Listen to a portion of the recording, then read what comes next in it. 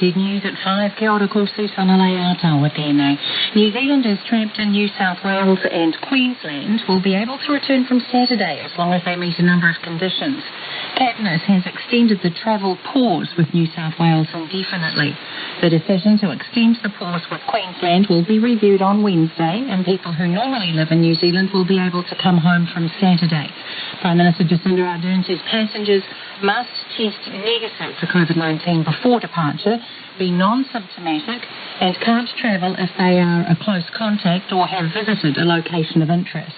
There are layers there that we require of them to give us extra added satisfaction that they pose minimal risk to New Zealand. The travel pause with Western Australia and Northern Territory will be lifted from Saturday. The Director General of the Foreign Intelligence Agency says cyber criminal gangs are gaining expertise more in common with state-sponsored attacks. Hundreds of groups and companies were hit by the attack on the Kaseya software. Government Communications Security Bureau Director General Andrew Hampton says such incidents are becoming more sophisticated.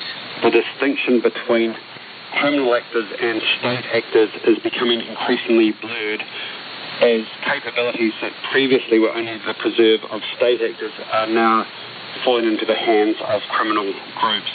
We're seeing that particularly with these types of attacks which are focused on supply chains. Meanwhile, the North Island Kindergarten Group is trying to gauge the extent of the cyber attack on its computer system. The Chief Executive of the Free Kindergarten Association, Amanda Colston, says more than 100 member kindergartens are using pen and paper while the IT provider sweeps their system.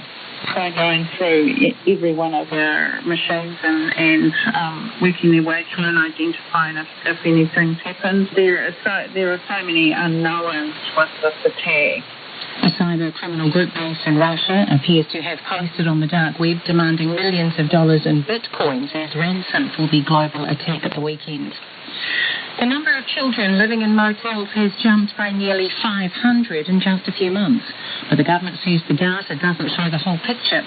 The latest figures show there were more than 4,300 children living in emergency accommodation at the end of March, an increase of 480 on the end of December. Social Development Minister Carmel Sepuloni says data can change significantly each day. Numbers of children in emergency accommodation for less than 4 weeks. That went from 465 last quarter to 804 this quarter. If we look at the 3 to 6 months, it's gone up by 86 children. So we'll keep watching the space, but you have to watch it for a period of time to be able to ascertain whether or not there is a trend. Carmel Sepuloni says overall emergency accommodation costs and demand have dropped over the past 2 quarters. Some Fijian workers are forced to continue going to work despite the rapid spread of COVID-19 on the country's main island. Sunday saw another record infection rate with 522 new cases and 3 more deaths reported, taking the toll to 30. There have been more than 6,000 cases since mid-April. A retail worker in Suva, who doesn't want his name used, says he still has to go to work on reduced hours in order to feed his family, even though community transmission is rife. Police have seized multiple guns and arrested one person after a raid on a house linked to the Black Power gang in northern Hawke's Bay. It was part of a special operation to disrupt gang violence in Wairoa. In the past month, there have been at least 5 shootings where guns have been fired at homes around the town. In one case, 2 children were asleep in a house south of the town when it was fired upon from a vehicle. The children weren't injured. The Cabinet Minister, Kiri Allen, says her 3-year-old daughter was a constant source of light during her cancer treatment. The Labour MP has returned to Parliament today after undergoing 9 weeks of treatment. The 37-year-old says she's stoked to be back and there's a fire in her belly to get back to the mahi. It's 4 minutes past 5. The All Blacks have called in Chiefs forward Samisoni Taukei'aho as injury cover for hooker Asafo Aumua, who was reporting concussion symptoms. Aumua played the majority of the second half of the one-off test against Tonga in Auckland after replacing starting hooker Dane Coles. With Cody Taylor also in the All Blacks squad, Taukei'aho is unlikely to feature against Fiji in Dunedin this week. Meanwhile, young Fijian winger Manasa Mataele has left the Crusaders for a 2-year deal with Perth-based Super Rugby side the Western Force. Roger Federer feels he's finally found his rhythm and that mentally he's in a good space heading into the second week of Wimbledon. The 6th seed will play 23rd seed Lorenzo Sonego of Italy in the 4th round tonight.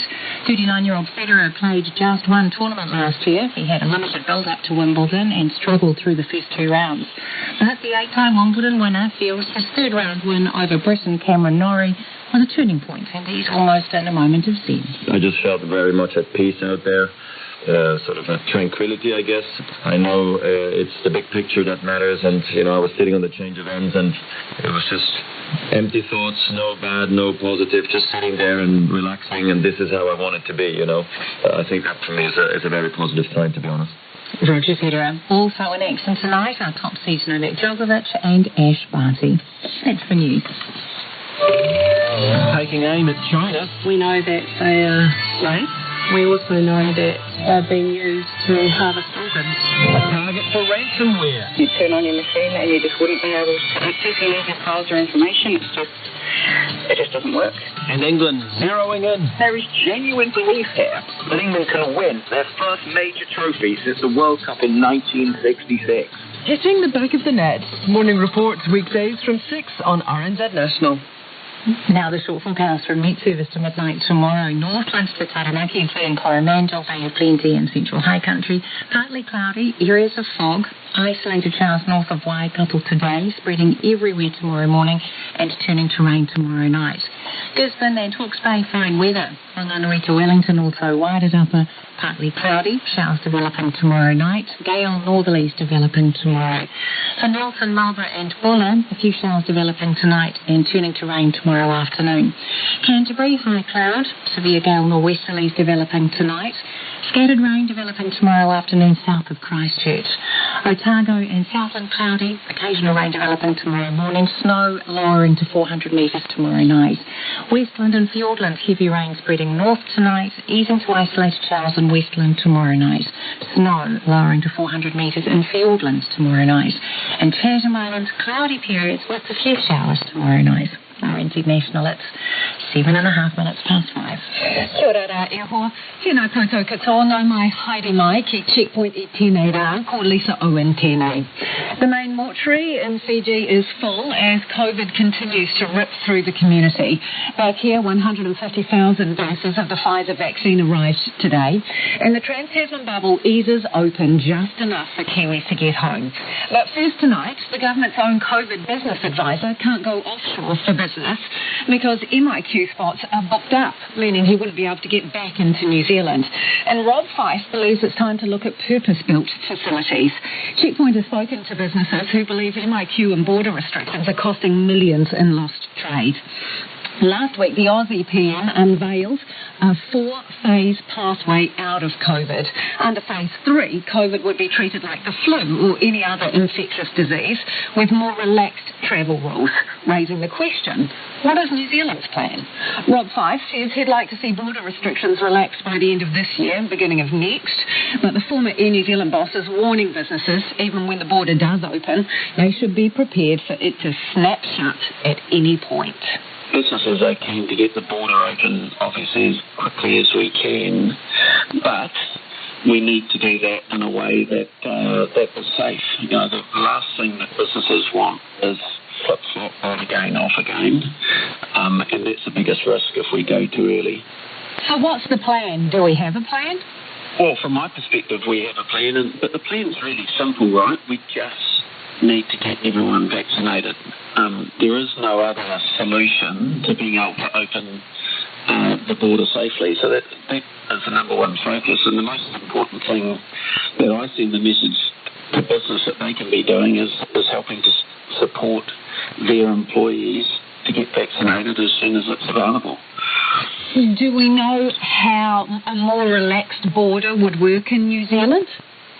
So there's a lot of work going on the specifics, but step one is you need to have a high level of vaccination within your country, and that's clearly evident in Australia's plan as well.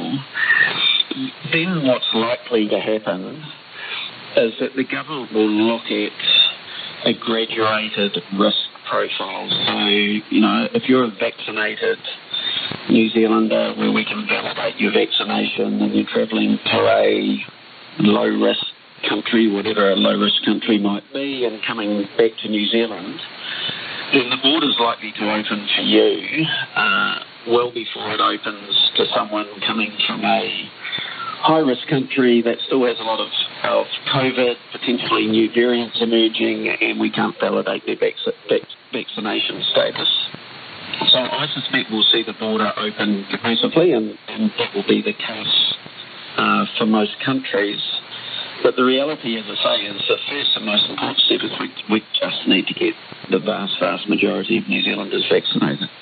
The modelling shows us that it's nigh on impossible to reach herd immunity, so it can't be vaccination alone, can it? Correct. Yeah, that's correct. But herd immunity in its absolute sense, meaning we can remove all other public health measures. If you leave in place pre-departure testing, post-arrival testing, if we still quarantine anyone that hasn't been vaccinated or people coming from higher risk countries, if we still have people scanning into, when they go into stores and restaurants and so on, although we're atrocious at doing that at the moment, but if we could do that better, if you put those sorts of measures in place, which are, I guess, largely acceptable to the population and the community, then that may be enough to be able to effectively contain COVID, even though you don't have full herd immunity. What are you telling businesses to expect around the border over the next few years? So my message to businesses is, I like everyone, want the border to be open as quickly as possible. I would hope that, early next year, end of this year, we can start opening the border or start to reduce the quarantine requirements for low-risk travellers. So that'd be vaccinated travellers going to and from low-risk countries. What I'm equally saying to businesses, though, is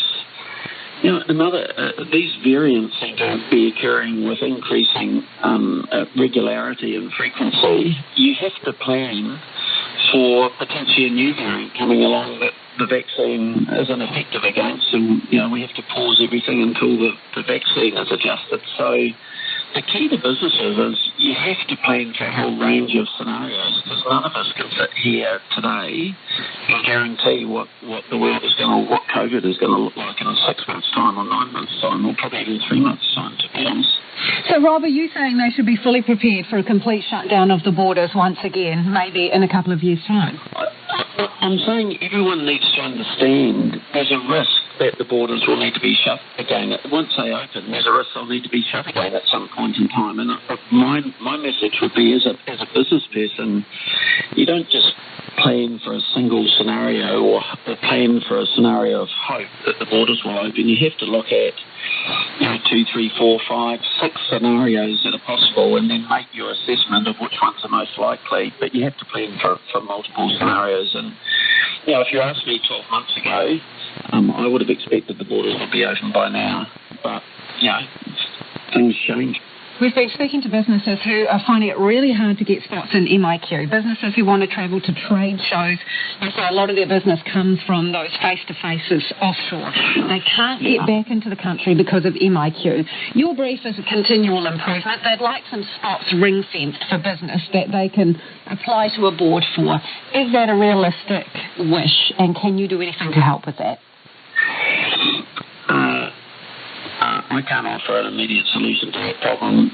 I'm one of those people, actually, that needs to travel offshore in November for business, and I can't currently get a slot in MIQ. It's incredibly frustrating, and of course the challenge, if you look at the next months to be released, which is November and December, when we'll have a lot of New Zealanders living overseas wanting to come home for Christmas, it's going to be incredibly congested, and it's probably, the two biggest issues I hear from the business community at the moment are that one, because their fear obviously is as the world starts to open up restricts the competitiveness if we don't get people into those markets.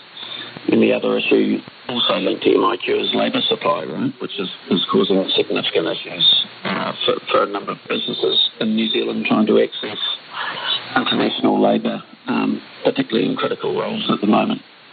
So should the government look at adjusting those settings for MIQ for business? I'm advocating to say we need a long-term solution for MIQ, and I think we need something more than requisitioned hotel rooms. And we're seeing a number of countries around the world now starting to invest in dedicated MIQ facilities. I think that's absolutely something we need to be exploring as a country. And that was Rob Fife, and he's the government's COVID business advisor. And just to confirm, MB, who, is in charge operationally of managed isolation and quarantine, they have said to us there is currently no specific allocation for business travellers in MIQ at all, and they declined to talk to us or be interviewed about the possibility of creating allocation for businesses. It is 16 minutes past 5, and you're at Checkpoint on RNZ National. Kia ora rā watu, mō te whakarungo mai, homai o whakaro. We would love your feedback on this one. Is it time for purpose-built MIQ, and where should it be built if that's what we're going to do? Also interested in your comments there, Rob Price pointing out that there's probably going to be an influx of Kiwis wanting to holiday back in New Zealand over Christmas. Should they get the MIQ spots, or should priority be given to businesses and people living permanently in the country? Do get in touch. You can text us on 2101, tweet us at Checkpoint RNZ, or the email address is checkpoint@rnz.co.nz. Our Heidi Akine will have more on the huge strain COVID is putting on Fiji's medical services. Now, a quick traffic update before we move on. State Highway 1 is closed at Tiro after 2 trucks crashed this afternoon. Police say the road will be blocked for some time, but detours are in place. Expect delays if you are heading through there. The Trans-Tasman bubble will reopen for Western Australia and Northern Territory from midnight on Friday, but will stay closed for Queensland and New South Wales. New Zealanders stuck in those states won't be stranded, though. From the same time on Friday, they will be able to board green flights as long as they meet certain conditions. Speaking a short time ago at Parliament, the Prime Minister Jacinda Ardern and COVID-19 Minister Chris Hipkins laid out the extra layers of protection. Not only are those who are in affected parts of New South Wales have been in a lockdown now for 14 days, we're requiring them to get a pre-departure test, and we have listed that they cannot travel if they are in any way connected to the current outbreak. So there are layers there that we require of them to give us extra added satisfaction that they pose minimal risk to New Zealand. By way of analogy, when we reduce our alert levels here in New Zealand, we don't require everyone to get a negative test before they're allowed to go out into the community again. So we are applying a higher threshold to those who are in that position in Australia where they've been isolating for 2 weeks. They still have to have that negative pre-departure test before they can come back to New Zealand. Indeed, travellers coming from any Australian state will have to test negative for COVID-19 before boarding a plane. The travel pause with Queensland will be reviewed on Wednesday, but will remain in place for New South Wales indefinitely. I think we've been clear all the way through that it is flyer beware, and I think people expect that now. They know that there is an element of risk. We do our best, of course, to maintain the flows, but if there is a risk to New Zealand, we won't hesitate to shut down those borders. Deputy Mayor Jacinda Ardern. The vaccine rollout in rest homes has been likened to a postcode lottery, with residents in Nelson Marlborough already fully vaccinated, whilst others in Waitemata are only just receiving their first jabs, despite all being in Group 2. Continued delays over vaccine delivery in some areas has also led to residents missing out on a flu shot while they wait. And as Louise Tenuth reports, those working in the industry say that's not good enough. We're in touch with our membership, and we knew of a handful of rest homes in a couple of DHB regions last week where they hadn't yet started the first doses. That's really concerning. Again, we would have expected this to have been all done by now for what is a very vulnerable group of older New Zealanders. CEO of the Aged Care Association, Simon Wallace, paints a grim picture of the vaccine rollout in rest homes. Latest numbers from the Ministry of Health show 225,000 people aged over 70 have had their first Pfizer vaccine, whilst just under 117,000 have received their second Pfizer vaccine. Rest home residents and staff across the country are supposed to be in Group 2, but Simon Wallace says some rest home residents are frustrated to say some people in Group 3 jump the queue. He puts that down to a DHB postcode lottery. We had some really good areas, like Nelson Marlborough was a standout region, and they had essentially completed all their vaccinations of staff and residents by the end of April. But then we've had the likes of DHB regions like Waitemata, which, as I say, have only just started, and at some rest homes have only just started in the past week or two. Simon Wallace says if aged care homes knew the rollout would take so long, they would have given flu jabs to residents sooner. But as a cold snap sweeps the country, some have gone without. Elizabeth Knox Home and Hospital in Epsom has just under 500 residents and staff. CEO Jill Woodward says the delays have been very stressful. I was fielding many inquiries, and we started off informing people that in April it was going to start, and starting to get consent forms completed, etc.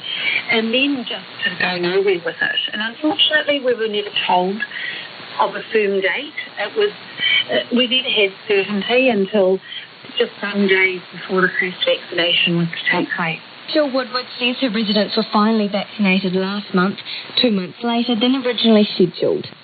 Down the road at Avonlea Rest Home, Facilities Manager Vanita Fever says residents received their second Pfizer vaccine last Friday, but not all of her staff.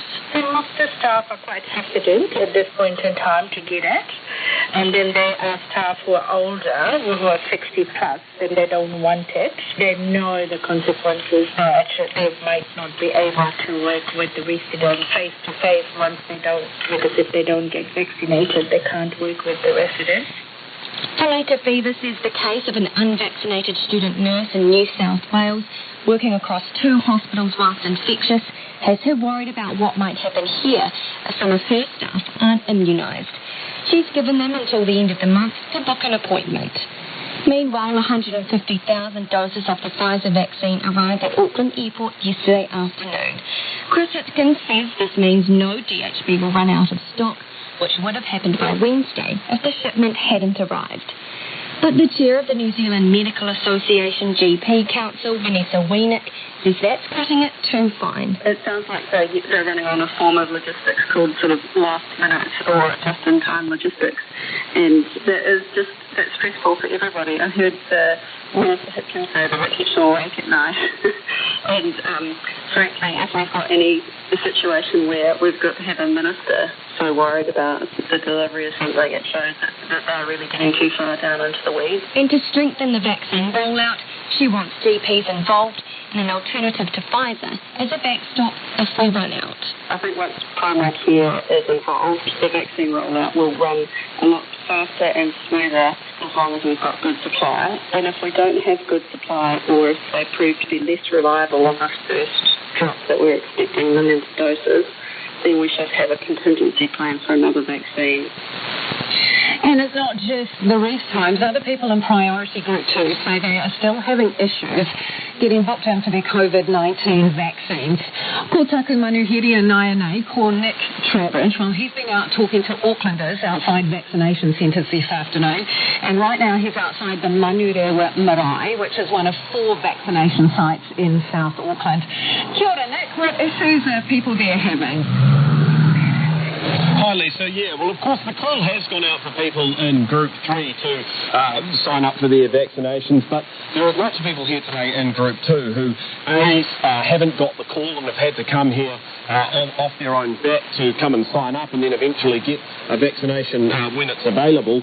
So there's also been the issue of people calling that 0800 number and not being able to get through. There was one particular gentleman who said he called a number of times in the last couple of weeks, still couldn't get through. He was here this afternoon coming and signing up himself, hoping to get it in the next few days.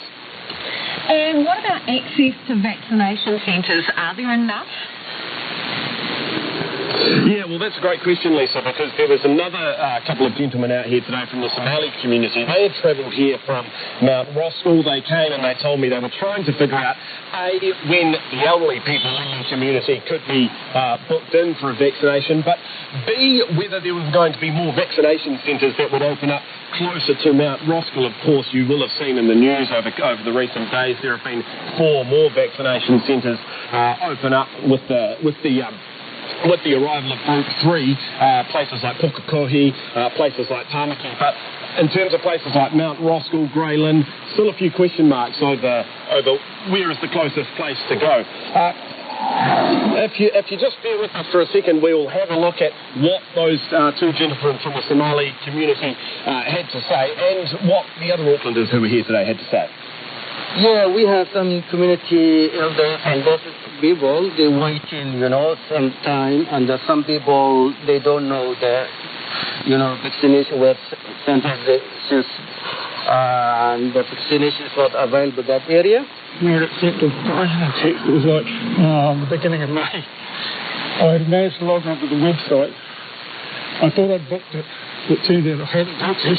I rang them back, but I never heard anything back. And I finally got this appointment today. So, do you know what grouping you're in? Whether it was supposed to be in the I was actually supposed to be in the over 65 here in Clendis, which is supposed to be the original South Auckland group. You know what I mean? That's supposed to be Group 2, isn't it? That's supposed to be Group 2, yeah.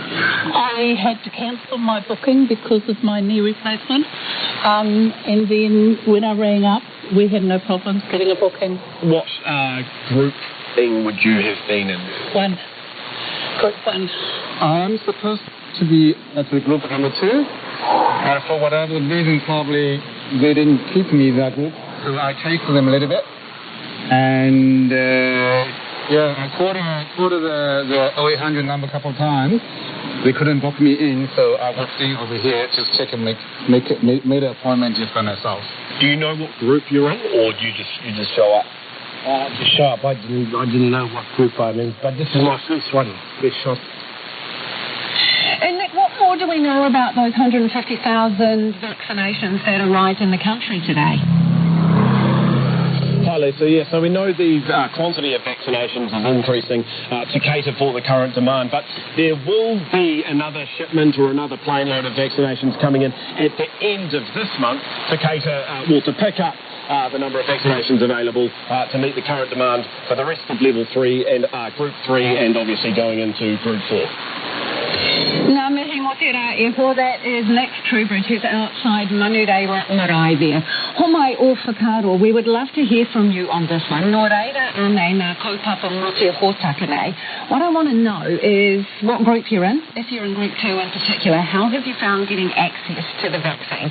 You can text us on 2101, tweet us at Checkpoint RNZ, or flick us an email. The address is checkpoint@rnz.co.nz. It is 28 minutes past 5. Kia mau tonu mai, you're listening to Checkpoint on RNZ National. Public frustration over mixed messages from the government is growing in Fiji as COVID-19 continues to spread rapidly. The latest daily update saw another record infection rate with 522 new cases. Making the situation even more grim is the main mortuary is full and people are being told to make immediate plans to farewell their loved ones. Johnny Blades reports. A startling announcement from Fiji's Ministry of Health. With the mortuary at the main hospital now at full capacity, relatives have to make plans to uplift their deceased family members and arrange funeral rites. There's now been 30 deaths since April. With hospitals unable to cope, health authorities have sent many of the people infected with COVID back home to isolate. The opposition National Federation Party leader Benan Prasad says that means some are going to multi-generational, overcrowded households. With the increasing number of cases, our health systems are giving up. The whole system is stressed out. People with other kinds of illness are being affected. They are not able to get the treatment that they ought to get. People are dying on arrival. So people are dying even before they get to the hospitals. The deteriorating situation in Fiji is failing to sway Prime Minister Frank Bainimarama from his no-lockdown stance. In a bid to save the economy, his government is allowing some businesses to stay operational. So while Fiji's Secretary of Health is advising the public to stay at home, the Trade Minister is talking about retail businesses, restaurants and gymnasiums staying open as long as safety measures are followed. Beeman Prasad says the government's mixed messages and business-as-usual approach have caused the disaster. The situation is going to get worse, and it is not too late for this government to change its strategy, to stop being arrogant about what they have decided before. And if you look at the numbers, which have risen exponentially, it's only happened after the Prime Minister made the decision to open up the containment zones. Meanwhile, some Fijian workers are forced to continue going to work despite the rapid spread of COVID in the wider community. A retail worker in Suva, who doesn't want his name used, says he still has to go to work on reduced hours. The father of 5 says it's critical that he earns money to feed his family, even though community transmission is rough.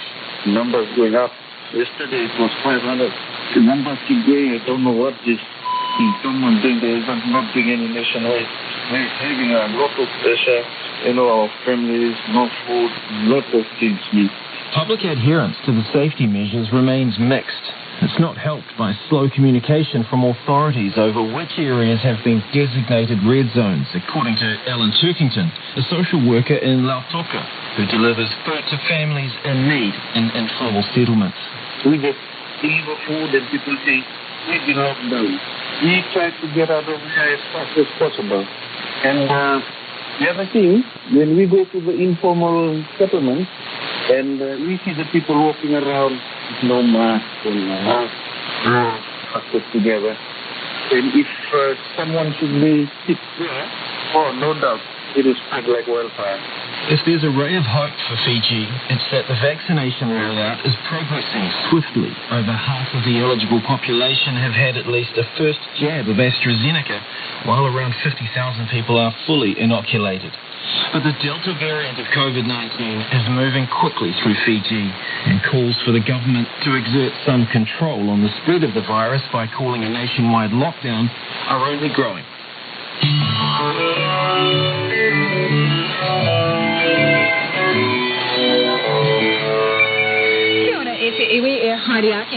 Checkpoint. Beware smarter, more sophisticated cyber attacks. We'll have more on that from the government agency that guards against them. A record number of New Zealand kids are growing up in motels. We should be ashamed, according to housing advocates. And the old Makoda mill is finally free of toxic waste.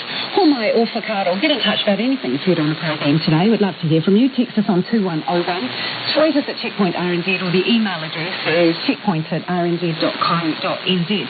It's time for the headlines now, and you know what that means. Ko Susana anō tēnei. Kia ora, Lisa. The Prime Minister says New Zealanders stuck in New South Wales and Queensland must test negative for COVID-19 before they're allowed to return home from Saturday. The government says Cabinet has agreed to reopen parts of the Trans-Tasman bubble from midnight on Friday, with quarantine-free travel with Western Australia and Northern Territory. But Jacinda Ardern says the travel pause with New South Wales will remain in place for the time being. It will review travel with Queensland on Wednesday. People who normally reside in New Zealand will be able to return from the 2 eastern states from Saturday, as long as they test negative before departure, are non-symptomatic and are not a close contact or visited a location of interest. Meanwhile, the government's own COVID advisor says he would like to see border restrictions relaxed by the end of the year. Former Air New Zealand boss Rob Fyfe told Checkpoint getting everyone vaccinated will allow the country to open the borders. Rob Fyfe says the flip-flop of borders opening and closing was not helping businesses operate consistently or plan to their future. Says businesses also need to be prepared for the borders to snapshot at any time. The Director General of the Foreign Intelligence Agency says cyber criminal gangs are attacking supply chains of software as opposed to individual companies or organisations. Hundreds of groups and companies were hit globally by the attack on the Kaseya software. Government Communications Security Bureau Director General Andrew Hampton says such incidents are becoming more sophisticated. Police are investigating whether multiple firearms found after a raid on a Black Power-linked house near Wairoa in Northern Hawke's Bay are linked to a spate of shootings in the area. There's been 5 incidents with guns fired at homes around Wairoa in the last month, with tensions heightened between the mongrel mob and Black Power. Those are the latest news headlines on RNZ National. Our next news and weather update is at 6. Thanks, Airhorn. No mai hoki mai, ko Lisa Owen tēnei. If you're just joining us, this is Checkpoint. Ko taku manuhiria nāne, ko Nona Paltier, because it's business o'clock. Nona joins us in the studio. I'm really interested in this story, Nona. Economic divide between the north and south regions, and it's getting wider. Northland, top dog. Yes. And Southland, last place. So what's going on? Okay, so these numbers are distilled from the GDP numbers for the first quarter of this year. And so the ASB does this every quarter. They call it the regional scorecard, and then basically rank the different regions. They put Northland top for the third consecutive quarter, whereas Southland, Otago, and other parts of the South Island have been down along the bottom there. Southland dropped a couple of points, in fact, to the 16th position, which is the lowest. Whereas, I say, Northland has maintained it. Probably one of the big reasons is logs. The Northland is doing really well out of forestry. They're also doing better than the South Island for tourism. And that's because most of the population is in the North Island. It's easier to get in your car and drive up north or wherever you'd like in the North Island. And maybe they like warmer temperatures, Nona. Well, it could be that, although I personally have been spending my holidays down in the south, and I can say that that's a really wonderful place to visit. However, it is more expensive if you're going to drive, and so it's not as easy. That's what the chief economist at ASB felt. More expensive, sorry, if you're going to fly down south. Well, if you're going to drive across the ferry or whatever. So it's not just like you can't just park your, get in the car and drive down to the South Island without, incurring some expense. So that's one thing. And as long as the international borders are closed, it's expected to continue in that vein. Now, we did get a message from someone who lives in the South who said, where did you get these numbers from? That's not correct.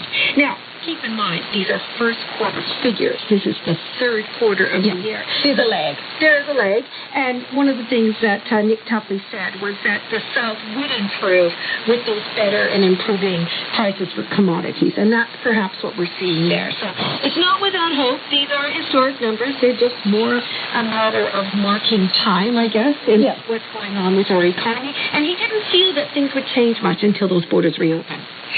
No. Fares in Auckland Airport soared today. What? Yeah. Well, that's kind of a funny segue, isn't it? Well, it turns out... Well, you're talking about tourists, and we've got an airport that only has not so much. So why are the shares going gangbusters today? Well, because in Australia, a consortium has offered, wait for it, $8.25 Australian a share, which is a 42% premium to the previous closing price for Sydney Airport. And that comes out to just over 22 billion Australian dollars, or nearly 25 billion New Zealand dollars for this airport. Now, the airport are like, whoa, wait a minute, that's still not really a very good price because it's not, our pre-COVID price would have been much, much higher. And that's still open to, for consideration by the board. And maybe there's going to be a better offer out there now that the door has been opened. So it remains to be seen how that goes. But Australia, City Airport, remember, New South Wales right now, it's not going great. It's not going great. The New Zealand airport, which is Auckland Airport, is highly rated, more highly rated than Sydney. So that caused investors to go, hey, we might be undervaluing our Auckland airport, and that drove up the price 5% to $7.61. That's a gain of 39 cents today. And so it remains to be seen what's going to happen, but this offer means that there will be some due diligence. There will be a value placed on Sydney Airport, and that is going to reflect, of course, on Auckland Airport. Okay, well, let's take a little ticky tour around the other numbers. Well, so that helped drive up our index, 0.8%, 100 points up to 12,812, knocking on that door of 1,300 again, 13,000 again round. The New Zealand dollar was boosted over the weekend to 70.2 US cents because of the labor market data that came out of the United States. That kind of quelled fears about interest rates going up higher than sooner than later, that sort of thing. And that helped our New Zealand dollar as well as the Australian. Against the Australian, we pegged where we were before, 93.3 and 50.8 British pence. That's it. Thanks, Nona. Nona Peltier with business there. Schools are offline and more than 100 North Island kindergartens are back to pen and paper due to a major international ransomware hit. The GCSE is monitoring the situation and says people should be concerned by a recent cybercrime surge. Katie Todd reports. The sophisticated cyber attack is believed to have started with a Russian hacking group. It infiltrated a software called Kaseya, used by some service providers that supply companies with IT infrastructure. The attackers claim they've infected more than 1 million systems globally, stealing data and encrypting it. Hundreds of Swedish supermarkets and American businesses were hit. Here in the lower North Island, the Free Kindergarten Association, Whānau Manaaki, has confirmed it's impacted and in turn more than 100 member kindergartens. Its chief executive is Amanda Colston. We've just given the message through to our kindergartens and to our staff that no laptops or computers should be booted. Everyone should keep their laptops and computers off. And that if they need to communicate, they do it through the iPad. And so that just gives us time to work through it all and just identify if we have been compromised or not. Maclean's College in Auckland knows some of its data was compromised, but Principal Steve Hargraves says it's dodged a bullet. Only one server was affected, containing data about the school's assets that's already safely backed up and publicly available. If it does get posted online, I guess it would list all sorts of buildings and vans and, computers and things that the school owns. I'm not sure that that's too big a deal. We're a public organisation. All of our accounts and, balancing everything's publicly notifiable. It's listed on our website. People can come into the site and look around and see what we own anyway, so I don't think it's too big a deal. Steve Hargraves says that's not just down to luck, but a well-resourced IT department and staff who are well-schooled in IT risks. Well, interestingly, we have been targeted before, and in fact we get quite a few of those spam emails that we know are phishing for our information. The Ministry of Education says 11 schools were struck. 2 were okay because they hadn't used Kaseya for some time. 2 have been impacted by ransomware, but without any evidence of data loss. 7 couldn't find any signs of ransomware, but have shut down services as a precaution. St. Peter's School in Cambridge had no website, online student workspace or email account today, although students are on break. In a statement on another web page, its chief operating officer said they were recently backed up, but the school was confident it could recover its data.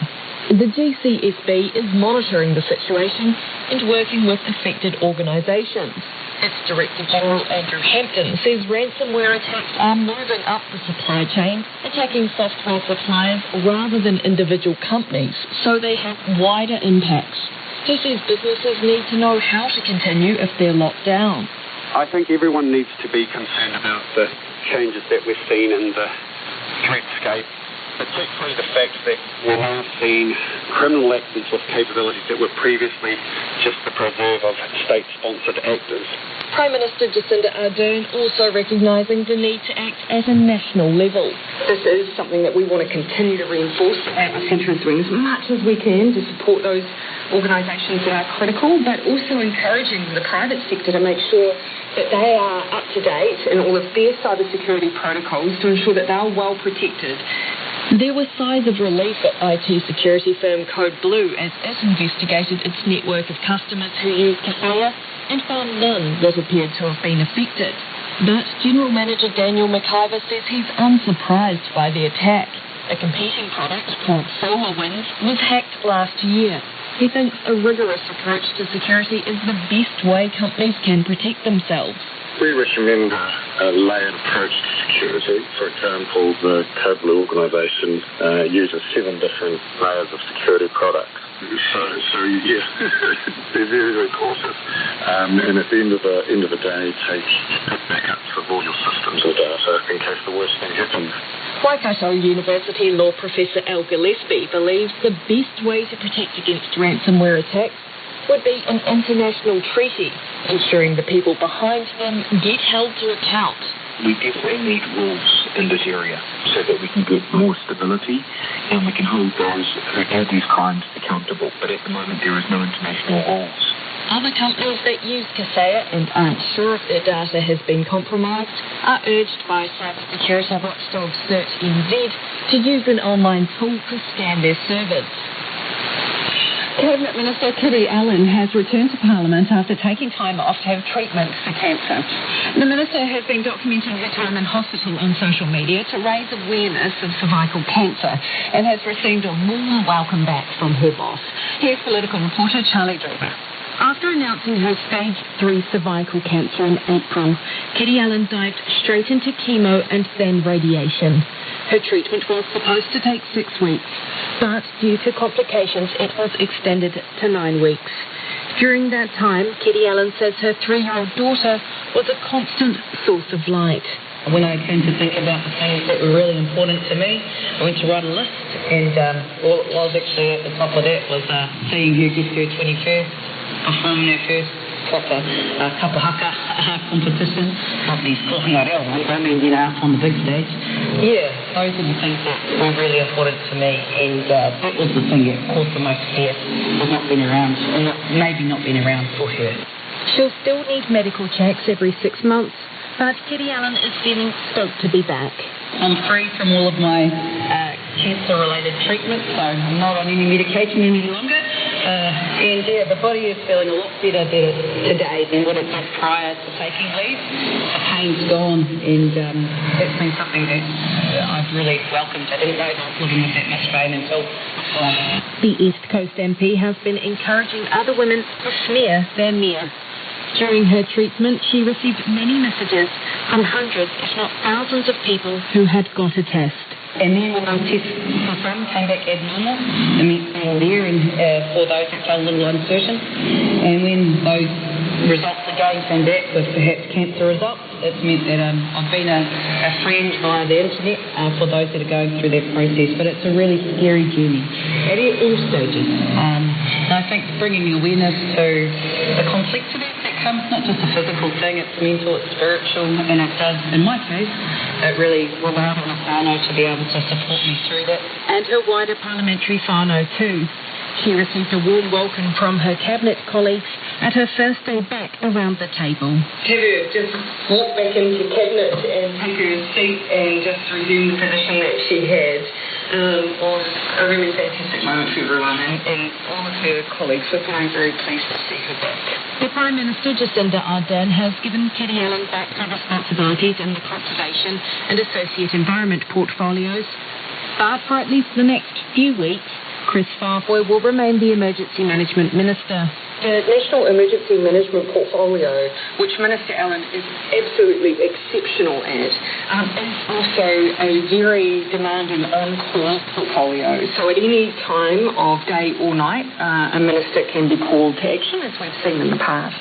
The Prime Minister says it is her intention to return the role to Ms Allen in the coming weeks.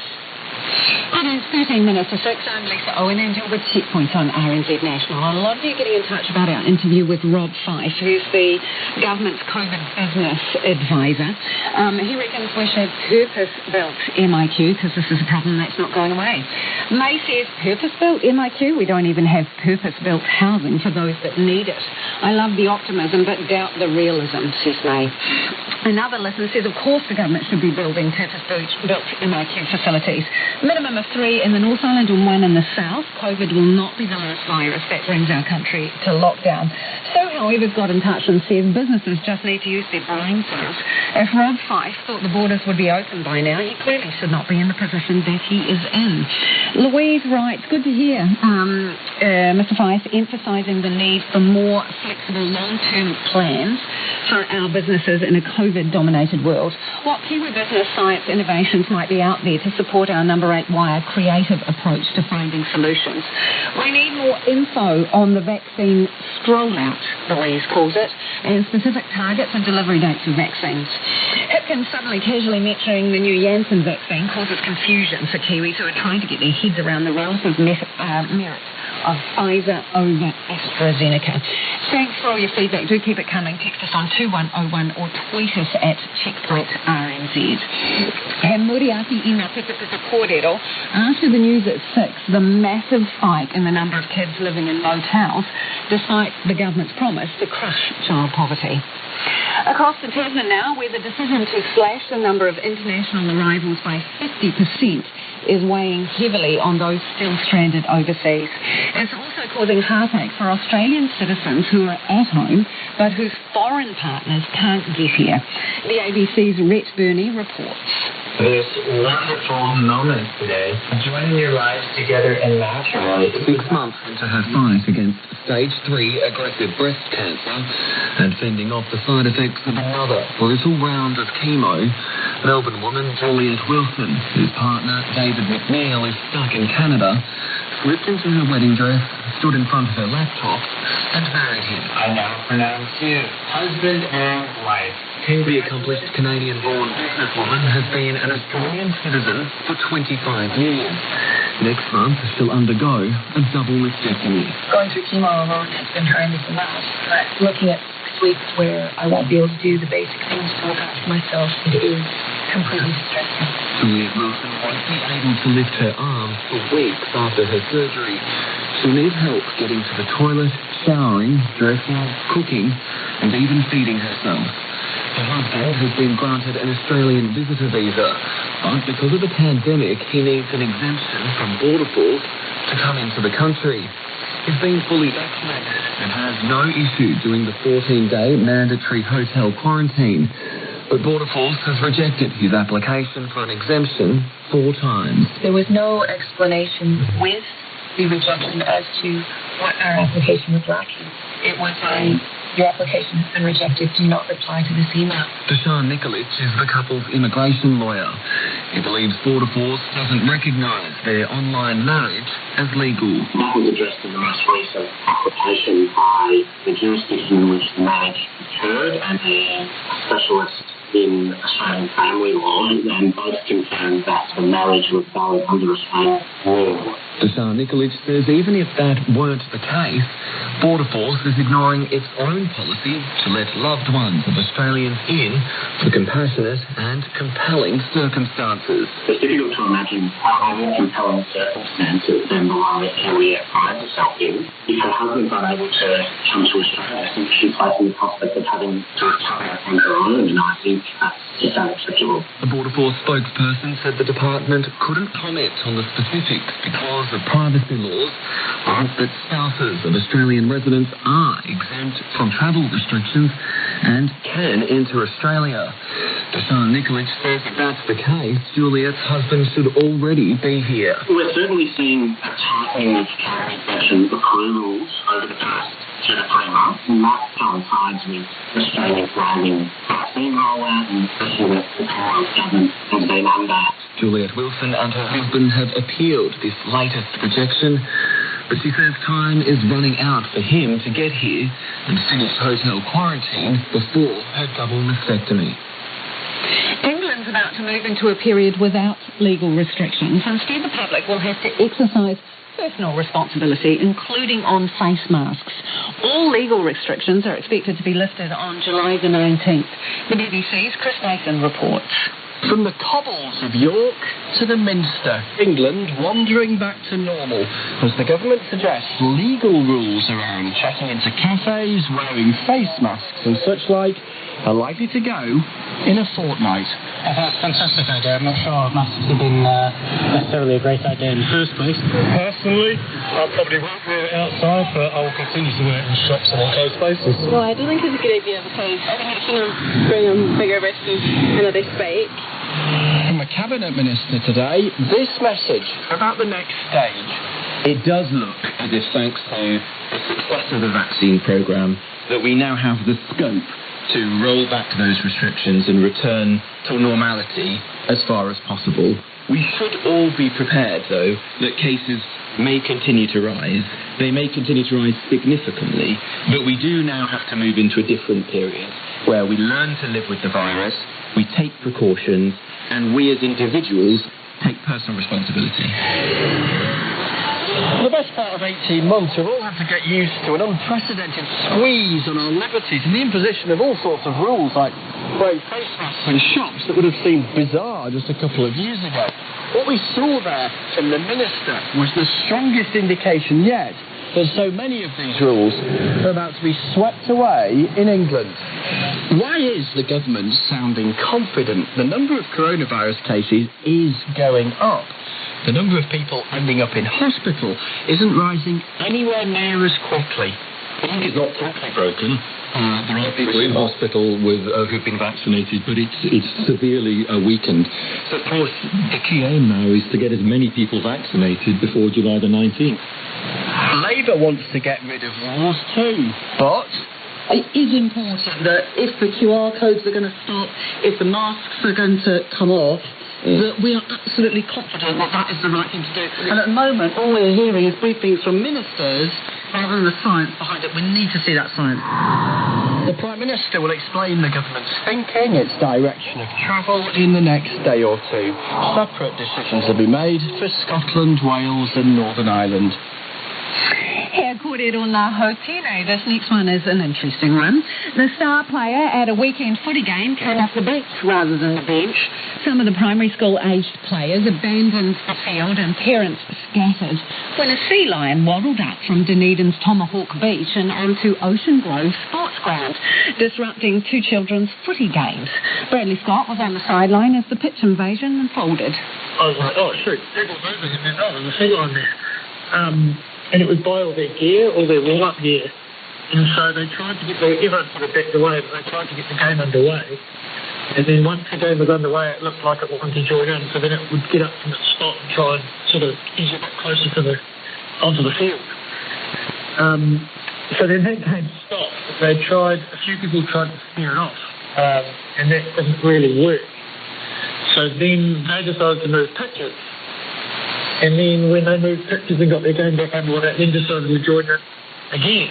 I don't even know if it was a boy or a girl, to be honest. I don't know my girls that well in sea lions. But it just wanted to join in, I think. Yeah. How big is this thing? Because, they're quite big units, aren't they, compared to your players? Oh, definitely. I mean, they were 9-year-olds, so much bigger and certainly wider, far bigger girths than a 9-year-old. Pretty personable, though, or did it have a bit of a grump on? There were a lot of dog walkers as well, so it had a wee bit of a grump. It probably didn't take too kindly to trying to be shifted. I mean, it's not the field's fault that we've put a sports ground next to its habitat, have we? So, yeah. So in terms of trying to move the sea lion on, what were some of the techniques used?